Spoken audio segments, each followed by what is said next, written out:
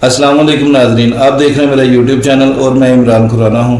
नाजरीन, आज की वीडियो बनाने का मकसद ये है कि डी चौक में, इस्लामाबाद डी चौक में इस वक्त बहुत कुशीदा सूरत हाल है। उधर लोग अपना हक राय दे इस्तेमाल कर रहे हैं, एहतजाज पुरअमन एहतजाज कर रहे हैं उधर, और दूसरे काफिले तमाम अभी रास्ते में मौजूद हैं। वो आ रहे, वो कहते हैं हमें 2 दिन लगे, 3 दिन लगे, हमने डी चौक पहुँचना है। अली मीन गंडापुर के हवाले से बात करते हैं कि अली मीन गंडापुर साहब ने बोला है कि हमारे पास ऑप्शन इसको विड्रॉ करने का नहीं है। वो विड्रॉ जो कर सकता है वो कैदी नंबर 804 जो अडयाला जेल में बैठा है। हमें 2 दिन लगे, 3 दिन लगे, हम डी चौक लाजमी पहुंचेंगे। अगर मेरे साथ कोई भी ना हुआ, मैं अकेला भी हुआ, तो मैं डी चौक पहुंचूंगा। आए पहले वीडियो देखते हैं, फिर इस पर इंशाल्लाह बात करते हैं। अस्सलाम वालेकुम नाज़रीन, आप यूट्यूब चैनल देख रहे हैं। मैं इमरान खान हूँ। आज बहुत इंपॉर्टेंट दिन है। सबसे पहले इमरान खान साहब का जो अवाम के नाम पैगाम है वो मैं आपके साथ शेयर कर देता हूँ एज इट इज़, जैसे उन्होंने अडयाला जेल से ये पैगाम भेजा है। इमरान खान साहब ने कहा कि तमाम फस्तायत और हुकूमती जबर और रुकावटों के बावजूद खौफ की जंजीरें तोड़कर बाहर निकलने पर मियाँ वाली, फैसलाबाद और बहावलपुर के अवाम को मुबारकबाद पेश करता हूँ। मैं चाहता हूँ कि आज 4 अक्टूबर बरोज़ जुमातुल मुबारक आप सब पुरअमन एहतजाज के लिए डी चौक इस्लामाबाद पहुँचें और लाहौर और उसके गिरदोनवा के जो अजला के शहरी हैं वो 5 अक्टूबर बरोज़ हफ्ता मीनार पाकिस्तान पर एहतजाज की पूरी तैयारी करें। ये जंग अपने फैसला कुल मरहले में दाखिल हो चुकी है। अल्लाह के फजल से हम अपनी हकीकी आज़ादी की लड़ाई जीत रहे हैं। इक़्तिदार पर काबिज़ जालिम हमें खौफज़दा करके हमारी जीत को शिकस्त में बदलना चाहते हैं। चुनाचा आप बेखौफ होकर बाहर निकलें और याद रखें कि अगर अब भी आपने आगे बढ़कर खुद को हकीकी तौर पर आज़ाद करवाने में हिचकिचाहट से काम लिया तो ये जालिम आपको चूंटियों की तरह मसल कर रख देंगे और आपकी आइंदा नस्लों को भी अपना गुलाम बना लेंगे, जिन पर इनकी औलादें हुकूमत करेंगी। सुप्रीम कोर्ट में ड्रामा चल रहा है और मैंने तारीख में इतना बेशर्म चीफ जस्टिस नहीं देखा जो अपनी ज़ाती एक्सटेंशन, अपनी नौकरी की मुद्दत में तौसी के लिए हर वो फैसला दे रहा है जिसकी कानून और आईन इजाज़त नहीं देता। काजी एक्सटेंशन गैंग ऑफ 3 का हिस्सा होते हुए पाकिस्तानी कौम के हुकूक का तहफ़्फ़ुज़ करने की बजाय इनको एक्सटेंशन माफिया और पीडीएम का गुलाम बना रहा है। किसी भी मुल्क में अवाम के हुकूक का दिफा अदलिया की जिम्मेदारी होती है, लेकिन यहाँ चीफ जस्टिस खुद ही अवाम के हुकूक का खून कर रहा है। दुनिया में कहाँ ऐसा होता है कि कोई जज अदालत में बैठकर अपनी मुद्दत बचाने के लिए, अपनी मुलाजमत बचाने के लिए आइन और कानून को रोंद कर अपने ही हक में फैसला करता रहे।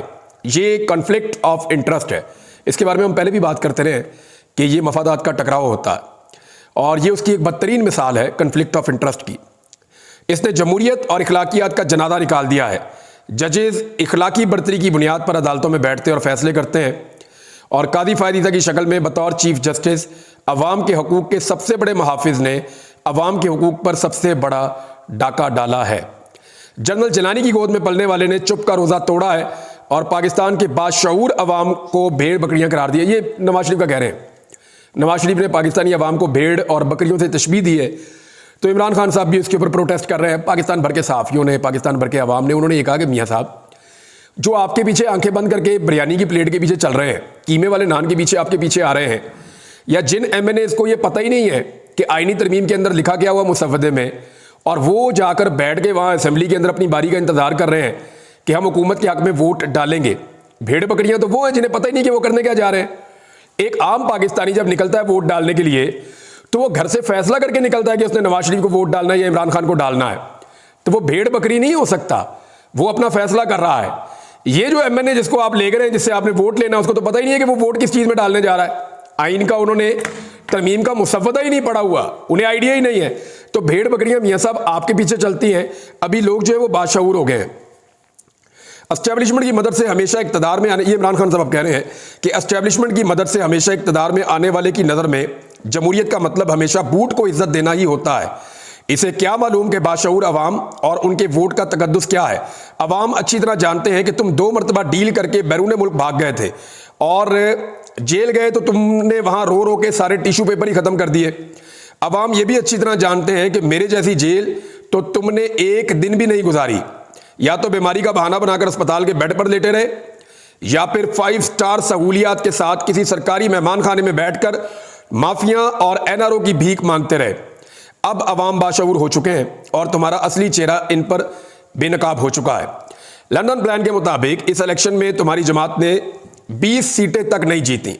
प्लान के मुताबिक तुम्हें कप्तान होना था, लेकिन थर्ड अंपायर तुम्हें धोखा देकर खुद कप्तान बन गया और तुम्हें 12वां खिलाड़ी बना दिया। रेलू कट्टा। मैं वफाकी हुकूमत की जानिब से अपने गुलाम IG खैबर पख्तूनख्वा के जरिए सूबाई हुकूमत की मर्जी और इजाज़त के बगैर अमन जरगे पर हमले और पुरतशद्दुद कार्रवाई की शदीद अल्फाज में मजम्मत करता हूँ। IG के जरिए वफाकी हुकूमत का ये इकदाम सूबाई उमूर में खुली मुदाखलत और सूबाई खुद मुख्तारी पर खुला हमला है।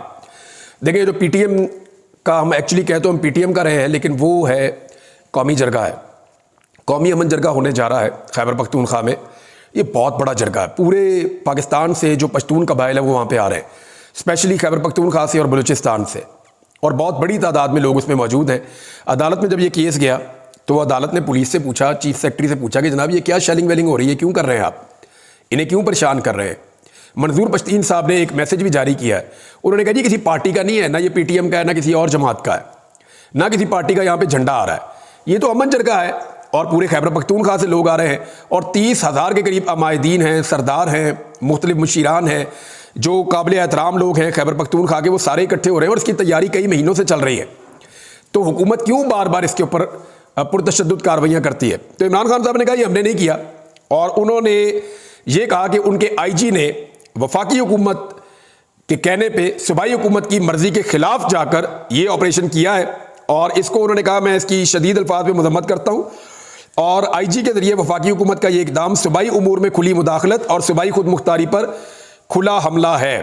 अपनी आज़ादी के लिए जद्दोजहद करना बेहतरीन जहाद है। अल्लाह ताला ने इंसान को आज़ाद पैदा किया है और अपनी आज़ादी के लिए कोशिश करना अल्लाह के नज़दीक पसंदीदा तरीन अमल है। इसी वजह से आज़ादी की खातिर लड़ने वालों को शहीद का आला तरीन दर्जा दिया गया है, और शहीद का मुकाम अंबिया के बाद सबसे ऊंचा होता है। तारीख गवाह है कि वो कौमें जिन्होंने गुलामी को कबूल किया वो कभी तरक्की याफ्ता नहीं हुई।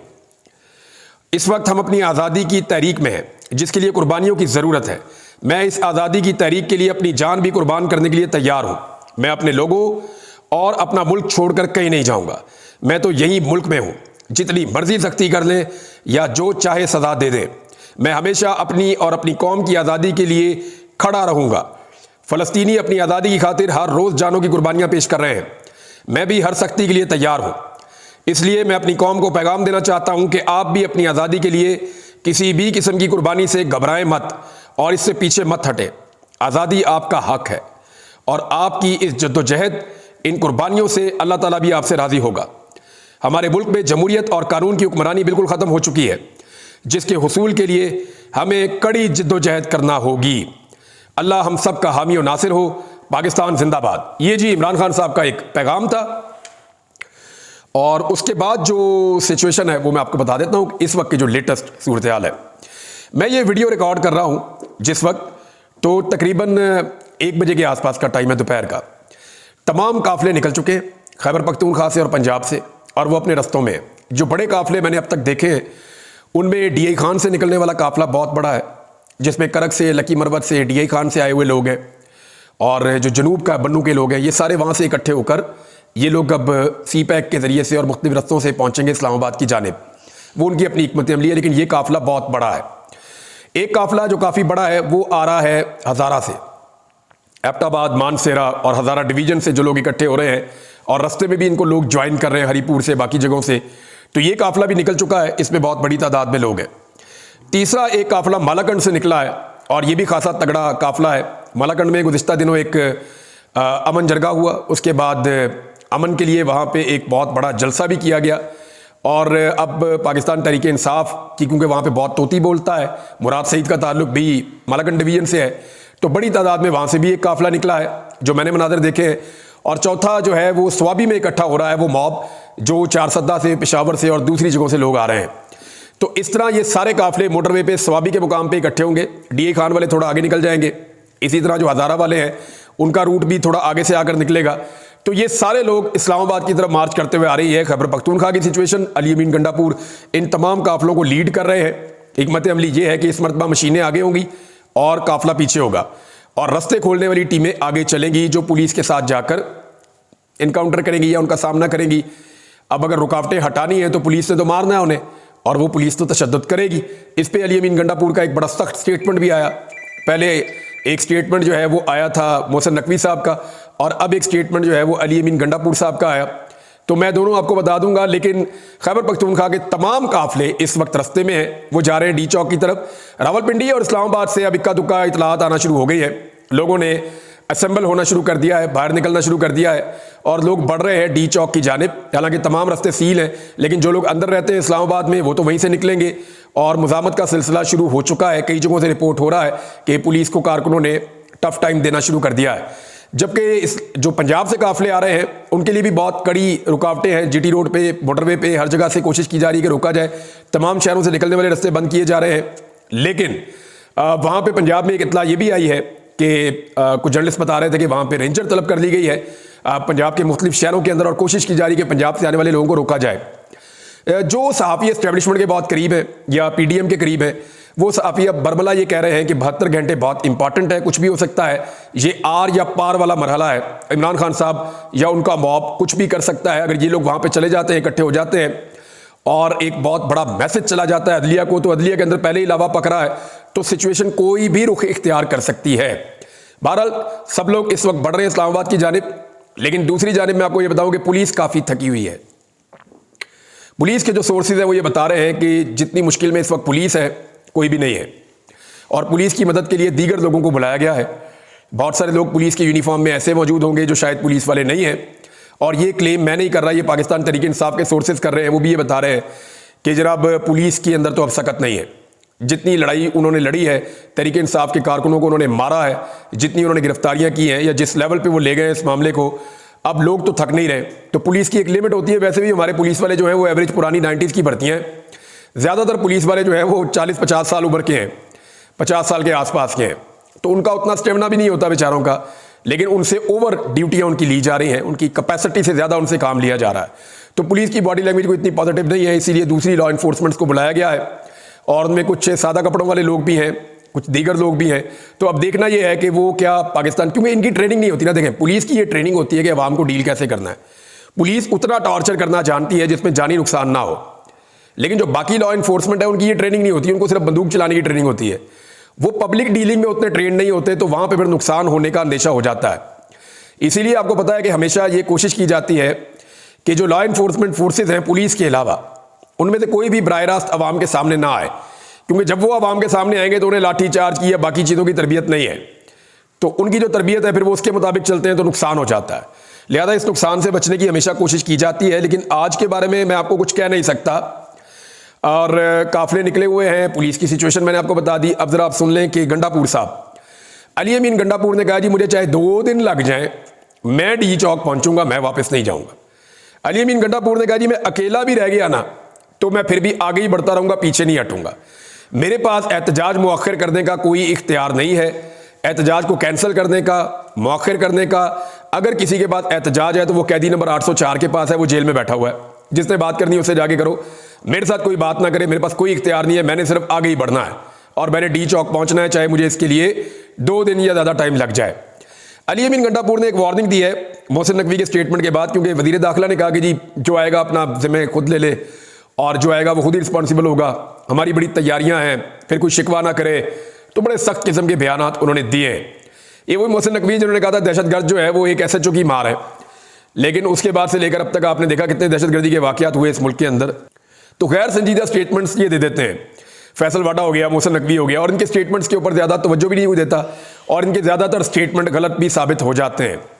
मोहसिन नकवी का कोई पॉलिटिकल स्टेक भी नहीं है पाकिस्तान में, उन्हें पता है उनका यही एक दाव लगा हुआ है, जब तक लगा हुआ है तो जो मर्जी वो कर ले। इसके बाद उन्होंने मुझे लगता है इस मुल्क से भाग जाना है। जैसे कि आरफ अलवी साहब ने चीफ जस्टिस को कहा कि आप रिटायरमेंट के बाद जरा पाकिस्तान में ही रहिएगा, आपको पता चलेगा कि पाकिस्तानियों के साथ आपने क्या किया, आपको जरा आइडिया हो जाएगा। तो मुझे नहीं लगता कि ये लोग पाकिस्तान में रहेंगे। अच्छा, मुझे ये भी नहीं लगता कि ये लोग जाकर रहेंगे यूरोप में, क्योंकि वहाँ पे भी लोग पाकिस्तानी इनको नहीं छोड़ेंगे। ये रहेंगे उन मुल्कों में जहाँ पे डिक्टेटरशिप है, जहाँ पे बादशाहत है, क्योंकि वहाँ पे फिर कोई ऐसा नहीं है कानून की आज़ादी धारे राय, तो वहाँ ये बच जाएंगे, अपने महंगे एरियो में जाके वहाँ छुप जाएंगे, वहाँ पे ज़िंदगी गुजारेंगे। तो वो क्या ज़िंदगी है। बहरहाल गंडापुर साहब ने कहा कि अगर तो तशद्दुद किया गया हुकूमत की जानिब से, हम पुरअमन है, हम पुरअमन एहतजाज का अपना हक लेने आ रहे हैं, हमारी लीडरशिप ने हमें हुक्म दिया है और हम आइन पर हमला रोकने के लिए आ रहे हैं। दो मकासद हैं जी, एक वो कहते हैं अदलिया की आज़ादी के लिए हम आ रहे हैं, दूसरा वो कहते हैं हम आइन के ऊपर हमला रोकने के लिए आ रहे हैं। वकला भी यही कह रहे हैं, इमरान खान साहब और उनकी पार्टी भी यही कह रही है। तो अली अमीन गंडापुर साहब ने कहा कि अगर तशद्दुद किया गया तो जो तशद्दुद करेगा वो होगा जिम्मेदार। उन्होंने कहा जी कि ये तो मैदान में पता चलेगा कि क्या होता है, लेकिन जो भी तशद्दुद करेगा वही रिस्पॉन्सिबल होगा हालात का और सूरत हाल का। अब इस वक्त मजीद कुछ चीज़ें मैं आपके साथ शेयर कर देता हूँ जो डेवलपमेंट्स हैं। एक राब्ता किया गया है, एक नहीं बल्कि कई मरतबा राब्ता किया गया है। अभी एक दोबारा थोड़ी देर पहले पाकिस्तान तहरीक इंसाफ की सीनियर क़यादत से फिर से राब्ता किया है और ये राब्ता हुकूमत और हुकूमत को लाने वाले वो सब मिलकर कर रहे हैं और बीच में बंदे भी डाले हुए हैं। और उसमें ये कहा जा रहा है, पैगाम ये पहुंचाया गया है कि अभी भी अगर आप बात करना चाहते हैं तो एहतजाज आप मौखर कर लें तो किसी चीज़ के ऊपर बात हो जाती है, कुछ ले कुछ दे कर लेते हैं। लेकिन पाकिस्तान तहरीक इंसाफ का जो एक सिंगल मुतालबा अभी तक उनकी मुशावरत में सामने आया है वो बड़ा क्लियर है। हुकूमत अगर वो मुतालबा मान लेती है तो ये एहतजाज मौखर हो जाएगा, अदरवाइज़ लोग डी चौक पहुँचेंगे और सिचुएशन हुकूमत के हाथ से निकलेगी।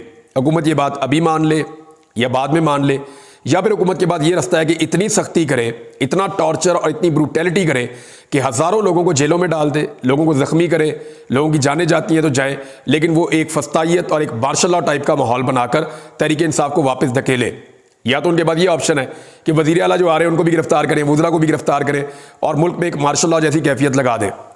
और अगर वो ये नहीं कर पाते तो फिर उन्हें बातचीत करनी पड़ेगी, टेबल पे आना पड़ेगा। तो टेबल पे तहरीक इंसाफ का एक ही मुतालबा है कि आप आईनी तरमीम अभी मौखर कर दें, आप आईनी तरमीम मौखर कर दें, हम एहतजाज मौखर कर देते हैं। यानी 17 अक्टूबर तक तो बहुत सारे इवेंट हो रहे हैं ना पाकिस्तान में। अब बहुत सारे लोग ये कह रहे हैं, शफकत महमूद से भी स्टेटमेंट दिलवाया गया कि तहरीक इंसाफ को 17 अक्टूबर तक एहतजाज नहीं करना चाहिए। बैरून मुल्क से डिग्निटीज आ रही हैं, वज़ीर आज़म आ रहे हैं, कुछ हुक्मरान आ रहे हैं, कुछ वज़ीर ख़ारजा आ रहे हैं, शंघाई ताउन तंजीम का इजलास हो रहा है, लिहाजा तहरीक इंसाफ ज़रा रुक जाए, ब्रेक लगा दे। तो दूसरी तरफ मुतालबा तहरीक इंसाफ ये कह रही है जी हम रुक जाते हैं, हम गारंटेड रुक जाते हैं, आप इस आईनी तरमीम को रोक लें, अभी आप इसको मौखर कर दें, हम एहतजाज मौखर कर देते हैं, आप दोबारा जब आइन पर हमला करेंगे तो हम दोबारा एहतजाज शुरू कर देंगे। तो ये तहरीक इंसाफ की जानिब से कहा गया है।